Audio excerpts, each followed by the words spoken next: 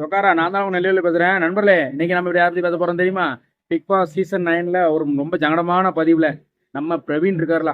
பிரவீன் வந்து வெளியே போயிட்டாருல, எலிமினேட் ஆயிட்டாரு. ரொம்ப கஷ்டமா இருக்கு. பிரவீன் வந்து என்ன தப்பு பண்ணாருன்னு அவரை வெளியே தூக்குனான்னு எனக்கு தெரியல.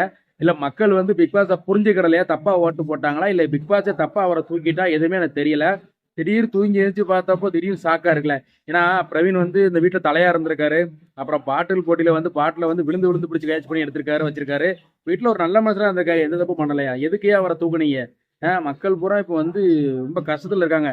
பிக் பாஸ் பார்க்கறதுக்கே வெறுப்பா இருக்குங்க. ஏன்னா எந்த தப்பு பண்ணாதவங்க நல்லவங்கள பூரா பிக் பாஸ் தூக்கிட்டு இருந்தா உள்ள ரெண்டு மூணு இருக்கு. அதை எப்ப நீங்க கிளீன் பண்ண போறியா? நல்ல மனுஷன் தூக்கிட்டிய, அப்ப நல்லா இல்லாத மனுஷன் இருக்கானோ அவளை எப்ப தூக்க போறேன்னு எல்லாரோட கேள்வி, ஏன் கேள்வி கிடையாது. ஏன் பிக் பாஸ் பண்ணிதியா? பிரவீன் என்ன தப்பு பண்ணாரு? நல்ல மனுஷன், என் வீட்டுல அமைதியா இருந்தாரு. அவ்வாடு ஒரு வேலையை கரெக்டா பார்த்துருந்தாரு. வீட்டுல கரெக்டா இருக்க ஒரே மனுஷன் அவர் தான். நீங்க அவரை இப்படி தூக்குனீங்கன்னா என்ன அர்த்தம்?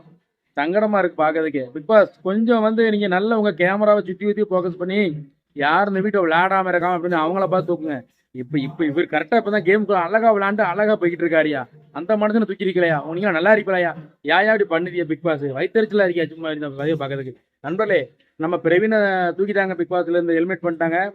பிரவீனை தூக்குனது சரியா தப்பாங்க கமெண்ட் பண்ணுங்க. மறக்காம நம்ம சேனலை பிடிச்சிங்கன்னா லைக் பண்ணி கமெண்ட் பண்ணி 223 சேனலை சப்ஸ்கிரைப் பண்ணிருங்க. நன்றி, வணக்கம்.